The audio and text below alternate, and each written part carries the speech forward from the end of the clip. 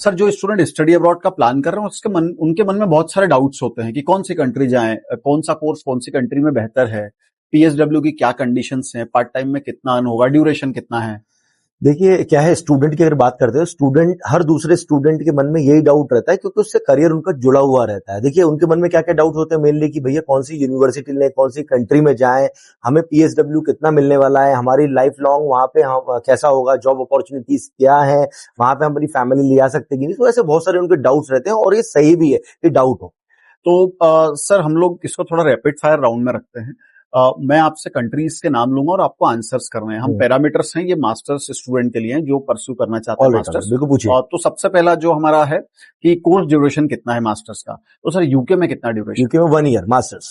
और आयरलैंड में? वो 1 साल। यूएसए में? यूएस में 1.5 to 2 ईयर्स। अगर आप क्रेडिट पहले अर्न कर लेते हो तो आपका 1.5 साल में भी डिग्री हो जाती है, नहीं तो 1.5 से 2 साल हम मान के चलते। ओके। फ्रांस में? 2 ईयर्स। कनाडा? कनाडा अगर अपन बात करते हैं पीजी डिप्लोमा की तो 1 से 2 साल का होता है, तो 1 साल भी मान सकते हैं, 2 साल भी मान सकते हैं। और अगर कोई मास्टर्स करता है तो वो 2 साल का ही कोर्स। ठीक है। दुबई में? दुबई में 1.5 to 2 years. And Australia, New Zealand? Australia 1.5 to 2 years. Sir अब हम बात करते हैं कि कौन सी कंट्री में कौन सा कोर्स बेहतर पढ़ाया जाता है। तो सबसे पहले आप यूके के बारे में बताइए। देखिए यूके में मैनेजमेंट, एमबीए, तीसरा है नर्सिंग, चौथा है अपना लॉ और पांचवा है अपना टेक्नोलॉजी। सर दूसरा है आयरलैंड। आयरलैंड में pharmaceuticals, secondly computer science, AI artificial intelligence, cyber security और डेटा साइंस। सर थर्ड है यूएस है। देखिए उसमें इंजीनियरिंग है, टेक्नोलॉजी के सारे कोर्सेज। अगर आप कंप्यूटर साइंस के कोई भी कोर्सेज लेने तो वो तो हेवन है, और साथ में एमबीए मतलब मैनेजमेंट कोर्सेज। सर फोर्थ है Canada. Supply chain management, construction management, project management, health care and nursing. Sir fifth one है Italy. Fashion design, architecture, management and engineering courses. Sir sixth is France. देखिए उसमें tourism, luxury brand management and MBA in some universities. Sir seventh is Dubai. Business, logistic, tourism and finance. Sir eighth is Australia. Nursing, banking and finance, engineering and management. And sir ninth is New Zealand. Agriculture, environmental science, education and IT. Sir अगला point है हमारा post study work visa, जिसके लिए student सबसे ज्यादा सोचते हैं कि कहां पर ज्यादा लंबा पीएसडब्ल्यू होगा। तो अब आप थोड़ा पीएसडब्ल्यू के बारे में बताइए। सर सबसे पहली कंट्री है यूके। देखिए वहां पे 2 साल है पोस्ट स्टडी वर्क वीजा अभी तक, बट अभी इसकी 1.5 साल होने की खबर आ रही है। एंड सर यूएस है? यूएस में स्टेम कोर्सेज के लिए 3 ईयर्स और नॉन स्टेम कोर्सेज के लिए 1 year. Ireland? Ireland 2 years. France? 2 years. Italy? 1 year. Dubai? Dubai में ऐसा कुछ पीएसडब्ल्यू अभी तक है नहीं। वहां पे अगर जितने समय भी बच्चा रहता है, जॉब करता है, तो वो उसका एक्सटेंशन होता रहता है वीजा का। Right. Canada? Canada up to 3 years. And Australia? Australia up to 5 years. And New Zealand? 3 years. Sir अगला जो हमारा टॉपिक है वो है पार्ट टाइम वर्क कितना कर सकते हैं। और सबसे ज्यादा स्टडी अब्रॉड में अगर स्टूडेंट यूनिवर्सिटी और कंट्री से ज्यादा सर्च करते हैं तो वो इसी टॉपिक को करते हैं कि पार्ट टाइम राइट्स क्या है। तो अगर आप इसको थोड़ा एलोबरेट कर पाए। देखिए जितने भी पार्ट टाइम राइट्स हैं वो सारी कंट्री के सेम ही है, means 20 hours per week. But Australia ऐसी कंट्री है जो स्टूडेंट को 24 आवर्स पर वीक के लिए अलाउ करता है। और ऑस्ट्रेलिया में बोला जाता है फोर्टनाइट। फोर्टनाइट मींस कि आप 15 दिन के अंदर, अगर आप 15 दिन जॉब कर रहे हैं तो 15 दिन में आप 48 घंटे 48 आवर्स ऑस्ट्रेलिया में जॉब कर सकते हैं। तो सर मतलब आपने बताया कि 20 आवर्स पर वीक सभी कंट्री में कर सकते हैं एक्सेप्ट ऑस्ट्रेलिया, जहां पे 24 घंटे मिल रहा है। तो छुट्टियों के दौरान बाकी कंट्रीज में क्या नियम होता है? देखिए छुट्टियों के दौरान आप 40 घंटे काम कर सकते हैं, मींस 8 घंटे रोज आप काम कर सकते हैं, मींस 5 दिन के लिए तो 40 आवर्स होते हैं। सर अगला टॉपिक है हमारा कि कॉस्ट ऑफ एजुकेशन क्या है पर ईयर। अगेन हम सिर्फ मास्टर्स जो परस्यू करना चाहते हैं उनकी बात कर रहे हैं। और हम लोग जो एवरेज फीस आप से मेरा रिक्वेस्ट आप जो बताएंगे उसमें हम एक पैरामीटर सेट कर लेते हैं कि वर्ल्ड की टॉप 500 रैंक यूनिवर्सिटीज को लेना है।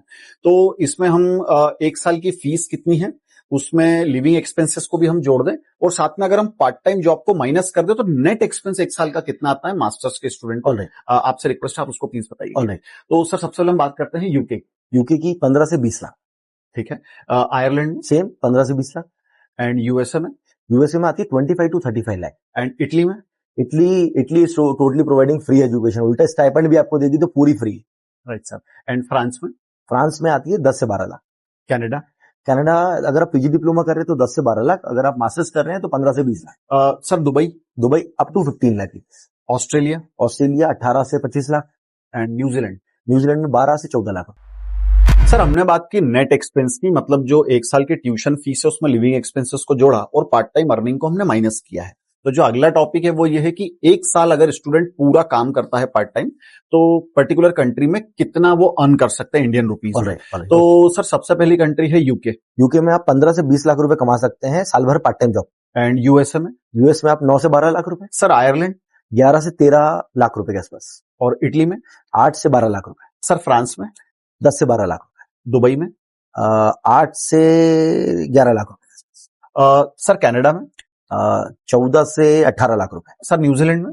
12 से 15 lakh. And sir last is Australia. देखिए ऑस्ट्रेलिया सबसे ज्यादा वेजेस देता है, मींस अगर आप काम कर रहे हैं एक साल पार्ट टाइम तो आप 18 से 22 लाख रुपए के आसपास कमा लेंगे। सर अब हम बात करते हैं उन स्टूडेंट की जिनका पढ़ाई तो एक मतलब मकसद होता ही है जाना स्टडी अब्रॉड के लिए, लेकिन वो पीआर के लिए ज्यादा सोचते हैं। एक्चुअली पीआर का ही मकसद रहता है सबसे स्टूडेंट। राइट, क्योंकि स्टूडेंट का क्वेश्चन यही होता है पहले कि सर पीआर कैसे मिलेगा। तो सर मैं आपसे रिक्वेस्ट करूंगा कि मैं आपको कंट्रीज के नाम बताऊंगा, आपको बताना है कि इनमें उनको पीआर कैसे मिल सकता है, मतलब उसके क्या रास्ते होते हैं। तो सर सबसे पहले कनाडा। कनाडा में क्या है, पीआर मिलना बहुत ईजी है। अगर आप एक्सप्रेस एंट्री और पीएनपी के थ्रू जा रहे हैं तो आपको पीआर इजिली मिल जाता है। सर सेकंड है ऑस्ट्रेलिया। देखिए ऑस्ट्रेलिया में skill based PR options available ज्यादा होते हैं। सर अगली कंट्री है यूके। देखिए यूके में 5 साल अगर आप स्पॉन्सरशिप पे काम कर रहे हैं उसके बाद आपको आईएलआर मिल जाता है और फिर आप पीआर के लिए अप्लाई कर सकते हैं।